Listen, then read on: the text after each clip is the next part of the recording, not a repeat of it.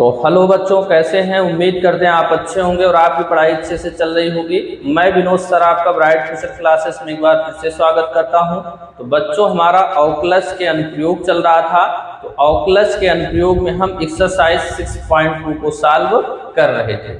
तो ये एक्सरसाइज काफी इंपॉर्टेंट है क्योंकि इस एक्सरसाइज से 1 से 2 क्वेश्चन जरूर पूछे जाएंगे।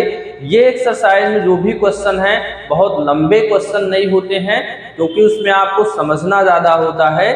अगर एक बार आपकी एक्सरसाइज समझ में आ गई तो क्वेश्चन आप बहुत आसानी से और कम समय में आप सॉल्व कर लेते हैं। तो इसलिए इस एक्सरसाइज को बहुत अच्छे से समझिएगा क्योंकि जिस क्वेश्चन में कम टाइम लगता है एग्जाम टाइम में भी आप उसको आसानी से कर लेते हैं और टाइम की भी बचत हो जाती है। तो आप लोग इस चैप्टर का जो भी बेसिक कॉन्सेप्ट है उसको पहले आप क्लियर कर लीजिए, उसके बाद एक्सरसाइज आप सॉल्व करिए। जो भी बच्चे बेसिक कॉन्सेप्ट की क्लास नहीं देखे हैं वो बेसिक कॉन्सेप्ट वाली जो वृद्धिमान और ह्रासमान की क्लास हम बनाए हुए हैं उसको जरूर देख लें, उसके बाद आप इसको सॉल्व करिएगा। तो आइए हम एक्सरसाइज को स्टार्ट करते हैं। तो देखिए, क्वेश्चन नंबर 7 तक हम सॉल्व कर चुके थे। तो आज हम क्वेश्चन नंबर 8 को सॉल्व करेंगे। तो देखिए क्या है, यक्स के उन मानों को ज्ञात कीजिए जिनके लिए y बराबर x माइनस 2 का होल स्क्वायर एक वर्धमान फलन है। इसमें क्या करना है, यक्स के मान को बताना है जिसके लिए फंक्शन क्या हो जाएगा, वर्धमान फलन हो जाएगा। तो सबसे पहले आपको क्या करना है, इसका अवकलन कर लेना है जो फंक्शन दिया हुआ y बराबर x माइनस 2 का होल स्क्वायर। तो एक्स स्क्वायर इसका इसमें मल्टीप्लाई कर दें और इसमें कर देंगे तो क्या हो जाएगा 2x का होल स्क्वायर। तो चाहे इसका अवकलन करने के लिए -b का होल स्क्वायर फार्मूला लगा दीजिए, चाहे इसको x की पावर n वाला फार्मूला लगा के आप अवकलन कर सकते हैं। तो y का करेंगे तो d by d x is equal to, इसका अवकलन करेंगे n हो गया, फिर x। तो x का मतलब यहां क्या हुआ, x स्क्वायर माइनस 2x। फिर क्या होता है n-1, 2 से 1 जाएगा तो 1, और फिर क्या होता है x की जगह पे जो है उसका पुनः अवकलन किया जाता है ये, तो 2x स्क्वायर माइनस 2x, इसका कर दीजिए अवकलन। तो x स्क्वायर का 2x और 2x का करेंगे तो क्या हो जाएगा 2 यहाँ पे हो जाएगा। तो ये आपका क्या आ गया, d बाई डी एक्स आ गया। चाहे तो थोड़ा सा और सॉल्व कर ले, इसमें क्या कर सकते हैं, 2 कॉमन ले लीजिए यहाँ पे और इसमें भी आप x कॉमन ले सकते हैं। तो इसमें x कॉमन ले लीजिए तो क्या बचेगा, x माइनस 2 बचेगा, और यहां भी आप 2 कॉमन ले लीजिए, x माइनस 1 बचेगा। ये हो गया 2 दूना 4, x माइनस 2, और यहां पे क्या बचेगा, x माइनस 1 बचेगा। तो d बाई डी एक्स बराबर यहाँ पे आ गया 4x, x माइनस 2, और क्या आ गया, x माइनस 1 यहाँ पे आ गया है। अब क्या करना है आपको यहाँ पे कि इसको 0 के बराबर करके उन सभी पॉइंट्स को हम निकालेंगे, यानी क्रिटिकल पॉइंट को निकालेंगे। यदि d by d x is equal to क्या कर दें, 0 कर दें। अब रख लीजिए यहाँ वैल्यू dx की 4x, यहां हो गया 4x, x माइनस 2, और यहां पे हो गया x minus 1 is equal to क्या आ गया, 0। अब एक बात आपको ध्यान रखना है कि जो x है इधर ले जाएंगे तो 0 हो जाएगा, लेकिन आपको 0 नहीं करना, सिर्फ 4 को उधर ले जाके 0 करना है। तो 4 उधर आप लेके चले जाइए, तो x minus 2, x minus 1 is equal to क्या हो गया, ये 4 उधर गया तो 0 हो गया। अब तीन जो इसके फैक्टर आ गए, इन तीनों फैक्टर को आपको क्या करना है, 0 के बराबर कर लेना है। एक बार x बराबर क्या लिखेंगे, 0। फिर दूसरी बार हम x माइनस 2 को 0 बराबर करेंगे, तो यहां से हमको x की वैल्यू क्या मिल जाएगी, 2 मिल जाएगी। अगली बार क्या करेंगे, x माइनस 1 को हम 0 बराबर करेंगे, यहां पर भी आपको x की वैल्यू कितना मिल जाएगी, 1 मिल जाएगी। अब आप देख सकते हैं कि जो x की वैल्यूज हैं वो हमको कितना मिल गई, टोटल 3 वैल्यूज मिल गई। अब इन तीनों वैल्यू को आपको क्या करना है, नंबर लाइन पे दर्शाना है और देखना है कि किस पे वर्धमान है, सिर्फ वर्धमान वाला आपको चेक करना है। तो आइए यहाँ पे एक लाइन बना लेते हैं। तो इधर कहीं होगा आपका प्लस इनफाइनाइट, इधर माइनस इनफाइनाइट, यहाँ कहीं होगा बड़ी वैल्यू यानी कि 2 होगा, यहाँ आपका 1 होगा और यहाँ पे आपका 0 होगा। तो यहाँ पे क्या करना है आपको, 3 वैल्यूज जो 3 पॉइंट से उनको दर्शा लिए। अब देखिए आपको ध्यान क्या रखना है, जो डी बाई डी एक्स हमारा आया हुआ है, यहाँ आप देख सकते हैं कि डी बाई डी एक्स जो आया है वो पहला नंबर तो धनात्मक है, दूसरा नंबर चेक करना होता है कि x प्लस में है कि माइनस में है, x भी प्लस में ही है। तो आपको क्या करना है, कुछ नहीं करना, देखिए चिन्ह बहुत आसानी से इसका ज्ञात होता है। पहला प्लस, अल्टरनेट क्रम में इसका चिन्ह चेंज करना है, माइनस प्लस माइनस, इन सभी का क्या हो गया, चिन्ह हमको पता चल गया। तो जब चिन्ह पता चल गया, अब इसमें जिसपे धनात्मक है उसमें वर्धमान होगा और जिसमें ऋणात्मक है उस पे ह्रासमान होगा। तो इनमें और इनमें क्या है, प्लस है, इनमें दोनों में माइनस है, इसमें ह्रासमान हो जाएगा और इसमें वृद्धिमान हो जाएगा। तो आपको बताना क्या है, सिर्फ वर्धमान के लिए या वृद्धिमान के लिए बताना है। तो हम यहाँ पे लिख देंगे कि अंतराल कौन बनेगा, 0 से इनफाइनाइट और 0 से 1, 0 से 1 में फलन क्या होगा,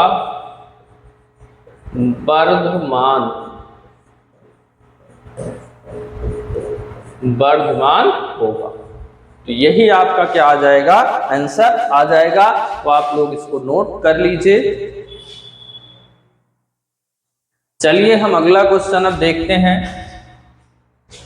क्वेश्चन नंबर 9 आपका क्या है, सिद्ध कीजिए कि 0 से π/2 में y बराबर 4 sine theta upon 2 plus cos theta minus theta 0 एक वर्धमान फलन होगा। यानी कि इसको क्या करना है, फंक्शन को वर्धमान यानी ग्रेटर देन 0 आपको प्रूव करना है, ग्रेटर इक्वल 0। तो अब इसको सबसे पहले आप क्या करिए, इसका अवकलन कर लीजिए। तो ये दिया है 4 sine theta upon 2 plus cos theta minus theta. तो इसको आपको थीटा के सापेक्ष अवकलन करना है। थीटा के सापेक्ष अवकलन करने पर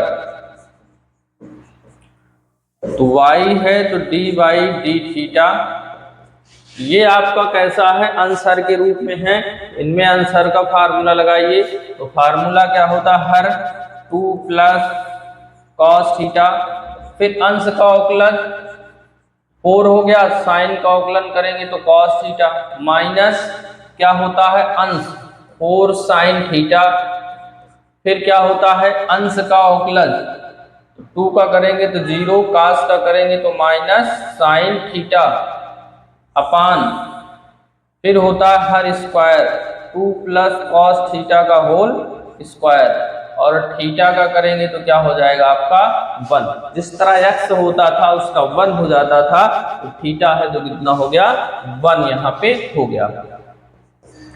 अब इसका क्या करिए, मल्टीप्लाई कर लीजिए। 4 का करेंगे तो 4 दूना 8 कॉस थीटा प्लस इसका इसमें करेंगे तो 4 cos स्क्वायर थीटा, इसका इसमें करेंगे तो plus 4 sign square theta upon 2 plus cos theta का होल स्क्वायर माइनस 1 अपान 1 कर सकते हैं।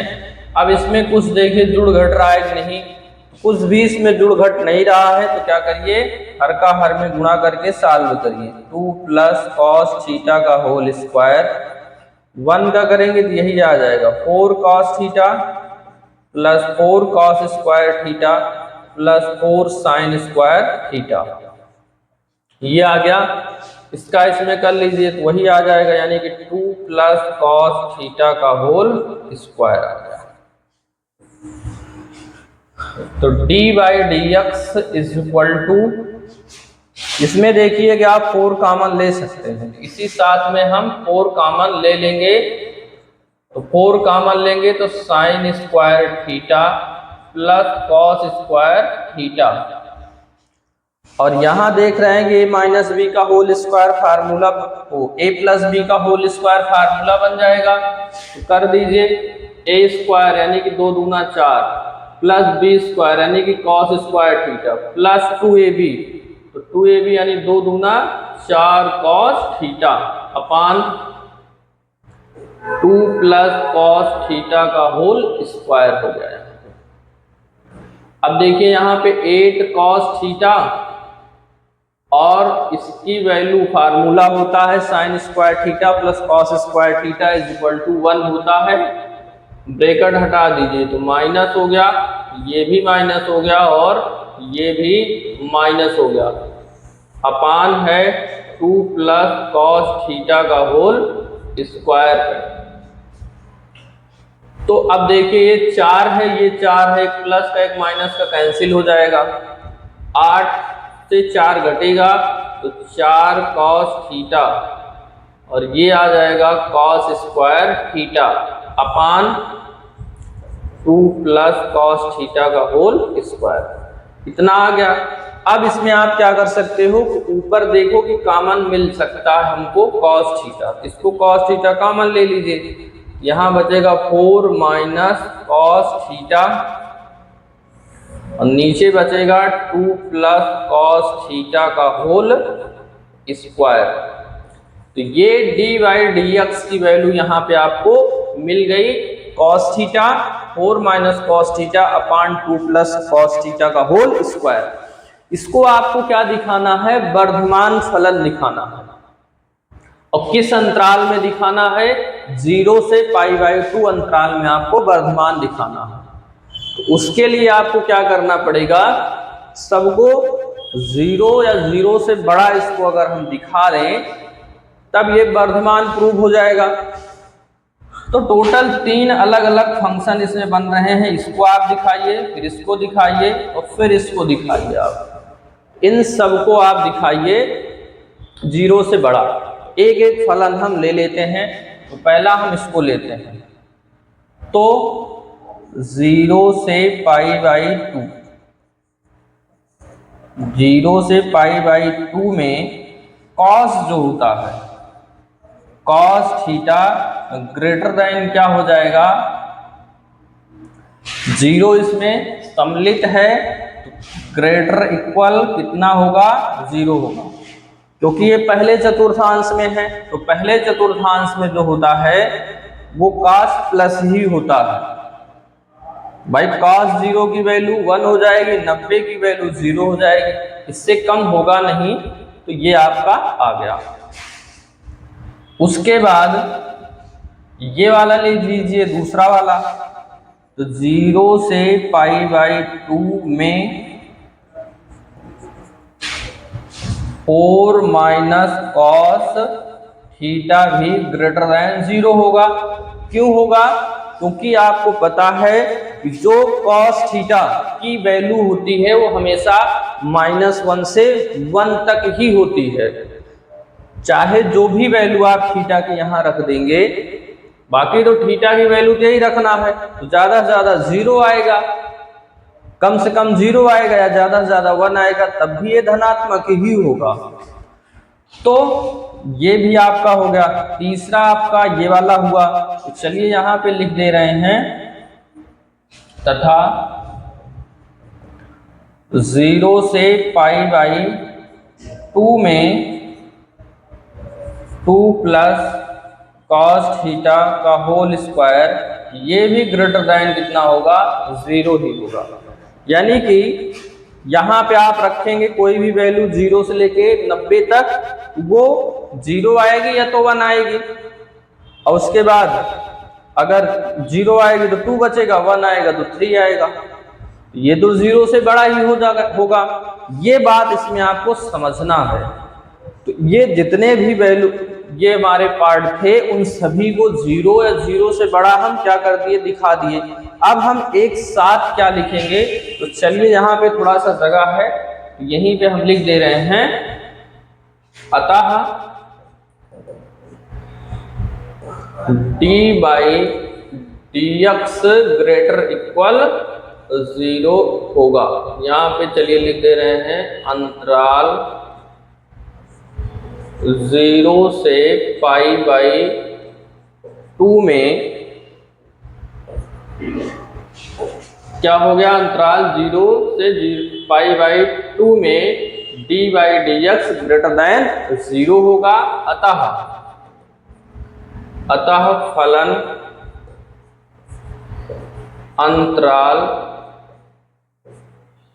0 से पाई बाई 2 में क्या होगा, वर्धमान होगा। यही आपको क्या करना था, प्रूव करना था। ये वर्धमान प्रूव हो गया। इस क्वेश्चन को भी आप लोग नोट कर लीजिए। तो सबसे मेन यही समझना था, इसको आपको हम अच्छे समझा दिए। ये इतना समझ गए, ये आसानी से प्रूव हो जाता है। तो चलिए हम अगला क्वेश्चन करते हैं। क्वेश्चन नंबर 10 क्या है, कराग सिद्ध कीजिए लघुगणकीय फलन 0 से इनफाइनाइट में वर्धमान होगा। तो देखिए, वर्धमान करने के लिए आपको क्या करना है, वर्धमान प्रूव करना, यानी कि ग्रेटर इक्वल 0 लघुगणकीय फलन को दिखाना है। तो लघुगणकीय फलन दिया नहीं है, तो हम क्या मानेंगे उसको, log x ही लघुगणकीय फलन आपका होता है। तो मान लेते हैं, माना यहाँ पे fx बराबर log x बेस t पर log x हो गया। अब इसका कर लीजिए अवकलन, ये बेस ही यहाँ पे रहेगा। अवकलन करेंगे तो क्या हो जाएगा, 1/x हो जाएगा। अब क्या करना है, इसको हमको क्या दिखाना है, ये वर्धमान होगा किस अंतराल में, 0 से इनफाइनाइट में। अब आप देख सकते हैं कि 0 से इनफाइनाइट में कोई भी वैल्यू आप यहां रखेंगे, इस अंतराल से यहां पर कोई भी वैल्यू आप रखेंगे, वो हमेशा क्या आएगा, 0 या 0 से बड़ा ही आएगा। आप कुछ भी रख के यहां देख लीजिए भाई, 0 से बड़ा मान लीजिए 0.1 रखे, 0.2 रखे, 0.3 रखे, या 1 रखे, 2 रखे, 3 रखे, 10 रखे, 100 रखे, या कुछ भी रख देंगे, कुछ भी रख देंगे, वो 10 to 0 तो हो सकता है, 0 भी नहीं होगा। तो ये इस पर हमेशा क्या आएगा, ग्रेटर देन 0 ही आएगा। तो आप इस तरह से इसको समझ के लिख सकते हैं। तो देखिए, इसमें लिखना ही है, ज़्यादा कुछ सॉल्व नहीं करना है। तो हम लिखेंगे कैसे, अंतराल 0 से इनफाइनाइट में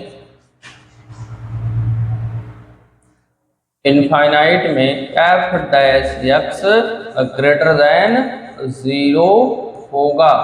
अतः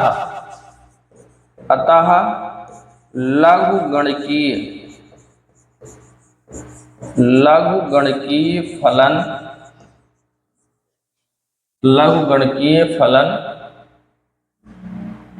log x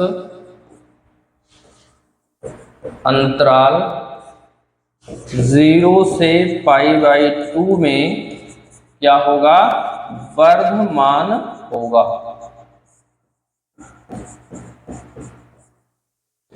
तो यही आपको क्या करना था, प्रूव करना था। इस तरह से आप प्रूव कर सकते हैं। तो आप ऐसे भी लिख सकते हैं, चाहे तो यहाँ पे इसको 0 बराबर करके आप क्या करिए, x की वैल्यू निकाल लीजिए। तो ऐसे भी आप कर सकते हैं, बाकी आप इस तरह से भी आप थोड़ा सा समझकर लिख सकते हैं। तो आप लोग इसको भी नोट कर लीजिए। तो आइए हम क्वेश्चन नंबर 11 देखते हैं। क्या है, सिद्ध कीजिए -1 से 1 में fx बराबर x² माइनस x प्लस 1 से प्रदत्त फलन ना ही वर्धमान है और ना ही ह्रासमान है। तो इनमें आपको सिद्ध करना है कि ना वर्धमान है ना ह्रासमान है। तो सबसे पहले आपको वही करना है जो सभी क्वेश्चन में आप करते थे। जो fx फंक्शन दिया है उसका क्या कर लेना है, आपको अवकलन कर लेना है। तो fx बराबर x² माइनस x प्लस 1, इसका कर लो अवकलन। तो f डैश x बराबर, इसका अवकलन करेंगे तो 2x और इसका अवकलन करेंगे तो क्या हो जाएगा, 1। अब क्रिटिकल पॉइंट निकालने के लिए यहाँ पे आपको fx बराबर 0 कर देना है इक्वल। यदि f dash x is equal to 0, तो इसकी वैल्यू है 2x minus 1 is equal to 0। 1 आप उस तरफ लेके जाएंगे तो प्लस 1 हो जाएगा। 2 इधर मल्टीप्लाई में है तो इधर हो जाएगा डिवाइड में। यहां से हमको क्या मिल गया, क्रिटिकल पॉइंट मिल गया। अब जो क्रिटिकल पॉइंट आपको मिल गया, तो देखिए यहां पर जो पॉइंट, 2 पॉइंट हैं उनको पहले आपको दिया गया है।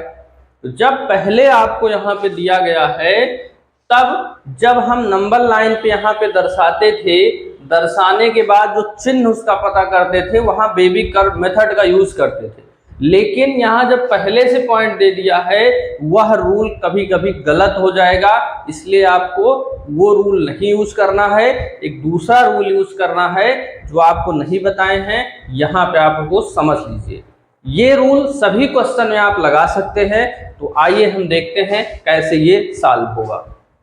तो चलिए हम नंबर लाइन पे दर्शा ही लेते हैं समझाने के लिए। यहाँ होता है इनफाइनाइट, यहाँ माइनस इनफाइनाइट। और एक बात, ये जो पॉइंट आया है इसके बीच में आया है कि नहीं, जिस पॉइंट के बीच में दिखाना है, ये इसी के बीच का पॉइंट है। अगर इसके बीच का पॉइंट नहीं होता तब ये आपको फिर नहीं लेना होता, सिर्फ इसी पे चेक करना होता। ये बात आपको ध्यान रखना है। तो आइए इसको नंबर लाइन पे देखते हैं। यहाँ 1 है, यहाँ 1/2 है और यहाँ -1 है। तो अभी तक जब सारे पॉइंट्स हम खुद निकालते थे तो वहां पे सीधा रूल लगता था प्लस माइनस, लेकिन यहाँ पे वो नहीं करना। तो देखिए कैसे निकालेंगे, सारणी बना लीजिए। तो पहले हम देख लेते हैं कि अंतराल हमको किस किस अंतराल पे निकालना है। इसी के बीच में तो अंतराल बना, ये और ये बना है। फिर दूसरी हेडिंग होती थी f डैश x की प्रकृति होती थी। फिर होता था fx, प्रकृति नहीं, f डैश x का चिन्ह यहाँ पे, और fx की प्रकृति यहाँ पे। तो अंतराल हमारा क्या बना, 1/2 से 1। दूसरा क्या बना, -1 से 1/2। तो आइए यहाँ पे हम समझते हैं कि चिन्ह इसका कैसे निकालेंगे। तो आपको करना क्या होता है, इसके बीच से कोई आपको कम से कम 1 पॉइंट नहीं 2 पॉइंट रख के आपको चेक करना होता। एक ही पॉइंट रख लीजिए। तो इसके बीच में तो 1/2 का मतलब 0.5, इसके बीच में मान लीजिए 0.8 हम रख लेते हैं। कहाँ पे, ये इसमें आप रखिए 0.8। तो 2 × 0.8 - 1, तो 8 दूना 16, 1.6 - 1, तो कितना आ गया यहाँ पे 0.6। तो देख सकते हैं ये कैसा आया है, पॉजिटिव आया है। तो यहाँ पे क्या लिखेंगे, पॉजिटिव चिन्ह। फिर इसके बीच में कोई पॉइंट आपको लेना है, फिर से इसमें रख के चेक करना है इसका साइन क्या आएगा। तो इसके बीच में आप पॉइंट रख लीजिए कोई भी। तो ये 0.5 है तो मान लीजिए 0.4 रख लीजिए। कहाँ, वहां पे। तो 4 दूनी 8, 0.8 माइनस 1 तो क्या आया, -0.2। इसका साइन आया माइनस, यहां लगा दीजिए माइनस। तो अब इस तरह से इसका चिन्ह आप पता कर सकते हैं। तो आप ध्यान दीजिएगा, पीछे भी जो बताए हैं उनमें भी आप ये रूल आप यूज करिएगा। इसकी प्रकृति देखिए क्या हो गई, प्लस है तो निरंतर वृद्धिमान, और ये क्या है, निरंतर ह्रासमान। निरंतर ह्रासमान, तो ए वृद्धिमान हो गया, ये ह्रासमान हो गया। लेकिन हमको बताना है कि 1 से लेके -1 तक में आपको बताना है कि क्या है। तो इसको बताने के लिए क्या करोगे, देखो तो हम लिखेंगे कैसे, 1/2 से 1 में वृद्धिमान,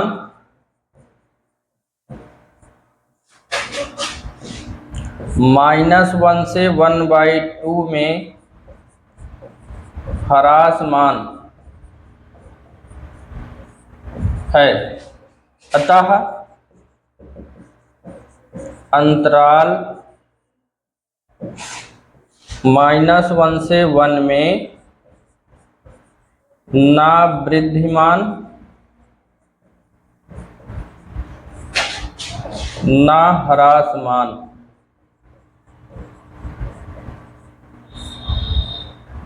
होगा। तो यही आपको क्या करना था, बताना था। जब आधे में वृद्धिमान है आधे में ह्रासमान है, तो ना वृद्धिमान कहलाएगा पूरे अंतराल में, ना ह्रासमान कहलाएगा। तो आप लोग इसको नोट कर लीजिए। तो आइए हम अगला क्वेश्चन अब देखते हैं। तो क्वेश्चन नंबर आपका 12 है, करा निम्नलिखित फलन 0 से π/2 में ह्रासमान है। मतलब कौन सा जो फलन है, ये जो 4 दिए गए हैं, इस अंतराल में कौन सा ह्रासमान है ये चेक करना है। तो देखिए हमको चारों को बारी बारी से यहाँ पे निकालना पड़ेगा, तभी हम बता पाएंगे कि कहाँ पे ह्रासमान है, कहाँ पर वृद्धिमान है। तो देखिए पहला क्वेश्चन हम ले लेते हैं। माना f(x) बराबर cos x, सीधा कर दो अवकलन इसका अवकलन करेंगे तो cos x का होता है माइनस sin x होता है। अब देखिए इस अंतराल में निकालना है। तो ऐसे क्वेश्चन आप 2 टाइप से कर सकते हैं। एक टाइप तो ये होगा कि आप यहां से क्या करिए, क्रिटिकल पॉइंट निकाल लीजिए, या सीधा सीधा आप देखिए 0 से π/2 ओपन इंटरवल में है। अगर ओपन इंटरवल में होगा तो ओपन इंटरवल में है, तो ये पहला चतुर्थांश यानी कि 0 से π/2 जो होता है आपका, वो पहला चतुर्थांश होता है। तो पहले चतुर्थांश में आप देखिए, क्योंकि इसका चिन्ह बताना है, तो पहले चतुर्थांश में साइन क्या होता है, साइन धनात्मक, सभी धनात्मक होते हैं। तो चिन्ह यहाँ पे माइनस है, तो जब माइनस है तो f' जो होगा वो ऋणात्मक होगा, और ऋणात्मक होगा तो जो फंक्शन आपका होगा वो कैसा कहलाएगा, ह्रासमान कहलाएगा। तो आइए यहाँ पे हम लिखते क्या है, अंतराल 0 से π/2 में sin x ग्रेटर देन 0 होगा, 0 होगा। क्योंकि यहां पे आप कारण लिख सकते हैं, क्योंकि फर्स्ट चतुर्थांश में साइन धनात्मक होता। साइन क्या सभी धनात्मक होते हैं, धनात्मक होते हैं। यहां से ये आप कारण दीजिए, ये क्यों ग्रेटर देन 0 है, क्योंकि पहले चतुर्थांश में साइन x जो होता है धनात्मक होता है, इसलिए f dash x less than क्या होगा, 0 होगा। क्यों लेस देन 0 होगा, क्योंकि माइनस लगा है। तो अब क्या लिखेंगे, अतः अंतराल 0 से π/2 में, अंतराल 0 से π/2 में फलन fx क्या होगा, ह्रासमान होगा, ह्रासमान होगा। इस तरह से आपको सॉल्व करना है। तो पहले के लिए हम कर लिए, अब इसी तरह हमको क्या करना है, cos x, cos 3x और tan x को भी करना है। तो आइए इसको नोट कर लीजिए आप लोग। तो चलिए हम दूसरे वाले को करते हैं, इसको यहां पे इरेज कर देते हैं। अब लेते हैं b वाला। तो यहां पर भी मान लेते हैं, माना fx बराबर cos 2x। तो सबसे पहले आपको करना है अवकलन। तो अवकलन करेंगे तो माइनस cos का हो जाएगा माइनस sin 2x, और 2x का करेंगे तो क्या हो जाएगा, 2 यहाँ पे हो जाएगा। ये -2 sin 2x हो गया। अब ध्यान ये रखना है कि अभी तक जो एंगल था वो आपका x ही था, यहाँ पे अब 2x आ गया। तो ऐसे क्वेश्चन में आप क्या करिए, क्रिटिकल पॉइंट निकाल लीजिए, तो ज्यादा कोई कंफ्यूजन नहीं होगा। तो हम क्या करते हैं, क्रिटिकल पॉइंट यहाँ निकाल लेते हैं। तो f डैश x बराबर कर लेते हैं 0। f डैश x हमारा क्या है, -2 sin 2x is equal to 0। ये उधर भेज दीजिए, ये हो गया पूरा, 2 इधर गया तो 0 हो गया। अब आप ये देखिए कि 0 साइन 0 की वैल्यू कहाँ होती है। तो अगर इसका व्यापक हल में आप देखेंगे तो क्या होता है, साइन n पाई, साइन n पाई पे क्या होता है, 0 होता है। n क्या होते हैं आपके, पूर्णांक होते हैं। n क्या होता है, पूर्णांक होते हैं। तो यहां पे हम क्या लिखेंगे, साइन थीटा बराबर 0 हो तब साइन थीटा बराबर साइन n पाई यहाँ पे लिया जाता है। अब देखिए यहाँ पे n की वैल्यू आपको क्या रखना, क्योंकि ऋणात्मक तो लेना नहीं है, ये अंतराल प्लस वाला लेना है। तो यहाँ पे हम 0 रखेंगे तो 0 आएगा, उसको तो लेना ही नहीं है क्योंकि ओपन इंटरवल है। तो हम क्या रखेंगे, 1 रखेंगे। तो चलिए 1 रख लेते हैं। अगर यहाँ पे हम n बराबर 1 रखने पर तो साइन 2x बराबर साइन 1 रखेंगे तो क्या हो जाएगा, पाई। जब यहाँ पाई हो जाएगा तो तुलना कर लीजिए कोणों की। तो 2x बराबर क्या हो गया, यहाँ पे 2x बराबर पाई, तो x बराबर क्या आ गया, π/2। तो x की वैल्यू π/2 आई यहाँ पे। लेकिन क्या इसके बीच में आ रही है, नहीं आ रही है। यहाँ पे डज नॉट बिलोंग टू 0 से π/2, क्योंकि ओपन इंटरवल है। तो ये जो क्रिटिकल पॉइंट आपका आया हुआ है, ये तो लिया ही नहीं जाएगा, सिर्फ क्या देखा जाएगा, 0 से π/2 देखा जाएगा। तो 0 से π/2 में आप ये देखिए कि ये पहले चतुर्थांश में है। तो पहले चतुर्थांश में अगर ये है तो पहले चतुर्थांश के लिए तो साइन धनात्मक ही होता है। तो यहाँ पे हम लिखेंगे कि अंतराल 0 से π/2 में, 0 से π/2 में साइन x जो होगा ग्रेटर देन 0 होगा। क्यों, क्योंकि साइन x पहले पहले चतुर्थांश में धनात्मक होता है, धनात्मक होता है। तो ये यहां से धनात्मक हो गया, इसलिए f डैश x जो होगा वो लेस देन 0 होगा। इसको हम लेस देन 0 दिखा दिए, किसको? इसको लेस देन 0 दिखा दिए।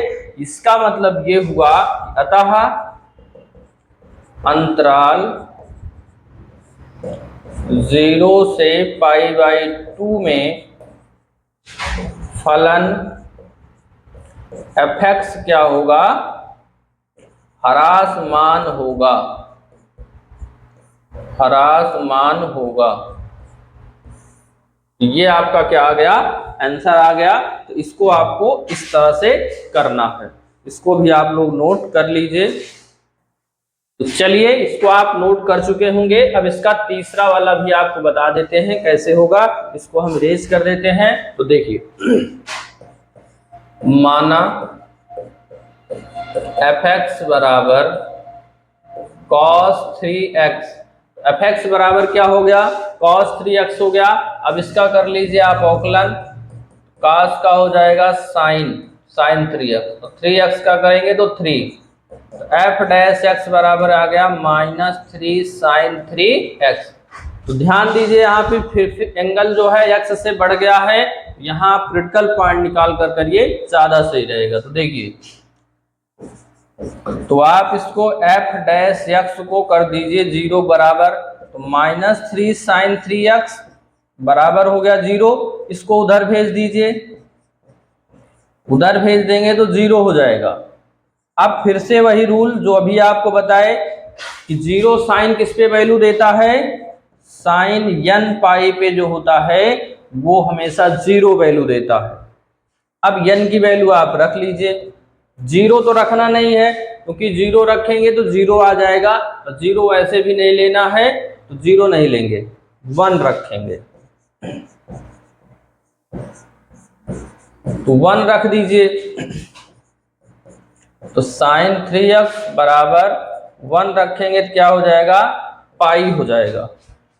तो कोण की तुलना करेंगे तो 3x बराबर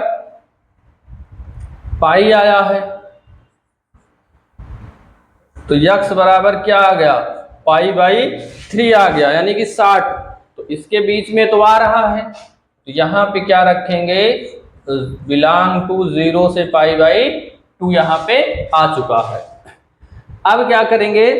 2 रखिए यहाँ पे, यहाँ 2 रखेंगे तो क्या हो जाएगा? 2π हो जाएगा। तो रख के देख लीजिए क्या इसके बीच में आ रहा है कि नहीं आ रहा। रफ में कहीं आपको ऐसे करके देख लेना है। तो साइन 3x बराबर साइन 2 रखेंगे 2π, तो 3x बराबर 2π, x बराबर 2π/3। तो ये जो आपका है ये इसके बीच में नहीं आ रहा है, ज्यादा हो रहा है। तो यानी कि अब आगे और वैल्यूज हम नहीं रखेंगे, इसको नंबर लाइन पे पहले हम दर्शा लेंगे। ये -∞, ये +∞, यहाँ π/2 होगा, यहाँ पे π/3 होगा, यहाँ पे 0 होगा। तो कौन कौन से अंतराल बन रहे हैं? एक तो ये बन रहा है, दूसरा ये बन रहा है। इन्हीं दोनों अंतरालों में आपको चेक करना है। तो ध्यान से देखिए कि जो, चलिए यहाँ पे अंतराल हम पहले लिख लेते हैं कि अंतराल आपका कौन कौन सा होगा? 0 से π/3 और π/3 से π/2 होगा। अब इन्हीं दोनों अंतरालों में आपको चेक करना है कि f डैश x धनात्मक आ रहा है कि ऋणात्मक आ रहा है। तो 0 से π/3 के बीच में आप कोई वैल्यू रखिए, मान लीजिए 30 रख रहे हैं, तो 30 यहाँ रखेंगे तो 5 × 90। अगर 50 मान लीजिए रख रहे हैं तो 5 × 15 क्या आ रहा है? 150। तो इसके बीच की कोई भी वैल्यू आप इसमें रखेंगे तो पहले या दूसरे चतुर्थांश से पड़ेगा। तो पहले या दूसरे चतुर्थांश में साइन आपका धनात्मक होता है, तो यही कारण यहाँ पे देखना है। तो यहां से लिखेंगे कि अंतराल 0 से π/3 में एफ डैश एक्स क्या हो जाएगा, या ऐसे कह सकते हैं इसमें जो आपका हो जाएगा में साइन एक्स ग्रेटर देन 0 होगा। क्यों होगा, क्योंकि 0 से π/3 प्रथम या द्वितीय चतुर्थांश में होगा। अंतराल क्या बोलेंगे यहाँ पे हम लिखेंगे sin 3x। तो जो sin 3x है वो प्रथम या द्वितीय चतुर्थांश में होगा, इसलिए sin x ग्रेटर देन 0 होगा। तो जब ये 0 होगा ग्रेटर देन 0 होगा, लेकिन ये माइनस है, तो अतः f dash x less than 0 होगा। तो ये लेस देन 0 हो गया। जब लेस देन 0 होगा तो लिखेंगे कि अंतराल 0 से π/3 में क्या होगा, ह्रासमान होगा। तो इस अंतराल में तो ह्रासमान हो गया। चलिए यहाँ पे रेस करके लिख दे रहे हैं।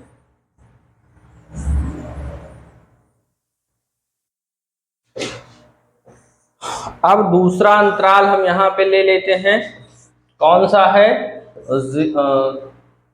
π/3 और π/2। सेम इसी तरह से लिखना है। में साइन एक्स कैसा होगा, देखिए 60 और 90 के बीच में कोई वैल्यू रखिए, मान लीजिए 70 रख रहे हैं, कहाँ पे रखना है, यहाँ पे, तो 7 त्रिक 21, या कोई भी वैल्यू 80 रखिए, 8 त्रिक 24। वो किस चतुर्थांश में जा रहा है, थर्ड में जा रहा है, और थर्ड में साइन आपका ऋणात्मक होता है। तो यही कारण देंगे, तो जब ऋणात्मक होगा तो साइन एक्स ग्रेटर और लेस देन 0 होगा। क्यों, क्योंकि साइन 3x अंतराल 0 से π/3 से π/2 में तृतीय चतुर्थांश में होगा, तृतीय चतुर्थांश में होगा। तो जब तृतीय चतुर्थांश में ये आपका होगा तो ऋणात्मक इसलिए हो रहा है, लेकिन यहाँ माइनस लगा है, इसलिए जो f डैश x है वो ग्रेटर देन 0 हो जाएगा। अतः अंतराल π/3 से π/2 में क्या होगा, वर्धमान होगा। लेकिन हमको बताना है इसमें बताना है, तो टोटल में अगर हम देख रहे हैं तो आधे में वर्धमान हो रहा है, आधे में ह्रासमान हो रहा है। इसलिए अतः 0 से π/2 में जो फलन है वो ह्रासमान नहीं होगा, क्योंकि आपसे यही पूछा है ना कि ह्रासमान है कि ह्रासमान नहीं है। तो जिस तरह से आंसर पूछा है उसी तरह से आंसर देंगे हम। ये बहुत ही अच्छा क्वेश्चन है, पेपर में इस तरह के क्वेश्चन पूछे जाते हैं। तो आप ये जो लिखे हैं नीचे ये समझना सबसे जरूरी है, तो आप लोग इसको नोट कर लीजिए। तो बच्चों आज की क्लास में इतना ही, जितना भी आपको हम करवाए हैं उसको एकदम अच्छे से आप लोग पढ़िएगा। इसके आगे जो भी क्वेश्चन बच गए हैं उनको हम अगली क्लास में पूरा समाप्त करेंगे।